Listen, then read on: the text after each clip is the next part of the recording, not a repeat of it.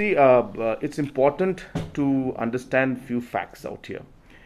Number one is that whatever the government of Meghalaya is going to do, it is after 3 years of detailed homework that we have decided on the steps that we're going to take. Whatever steps that we're going to take from now on, and all the moves that we're going to make are going to be legally sound. So therefore, whatever decisions, whatever question of any aspect of any action to be taken by the government will be based on proper documentation and proper legal fronts. It is important for individuals, the leaders from government of Punjab who have mentioned that they will be also taking up the matter. They need to also understand that the ownership of the land is with the government in terms of the lease that has been signed with the CM of Milliam.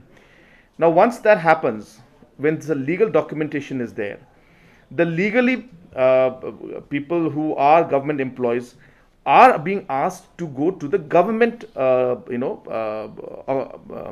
residential places which are being provided to them. So it's not that people are going to be simply left on the streets. So the people who are government employees who've been working with municipal or other departments who are staying in that area will be asked to shift to the official residential complexes of those departments. So it is being made to look as if everybody is going to be just simply thrown out. Well, that's not correct. So one has to understand first that the legal documents of the papers are with the government. So therefore, whoever is staying there has to be in the terms of what the government decides. Number two is the fact that all the legal and employees of the departments, they will be asked to shift to the official residences.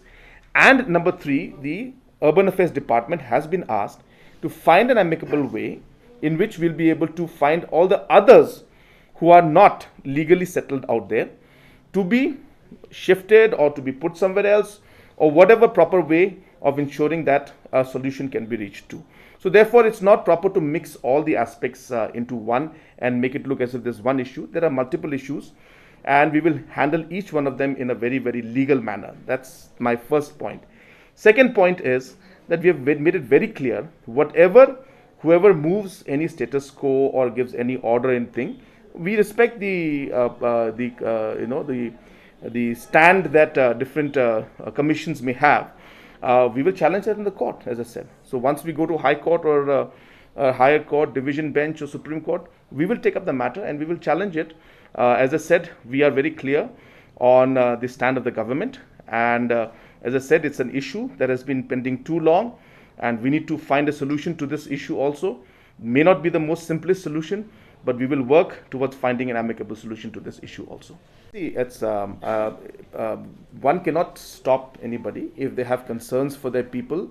It's very fair. I mean, if somebody were being, if our people, Khasis or Garos, are going to be harassed in another state, obviously as a state government, it is our responsibility and duty to intervene. So it's not something wrong that the other governments are doing by informing, or I shouldn't say interfering, but by showing their concern.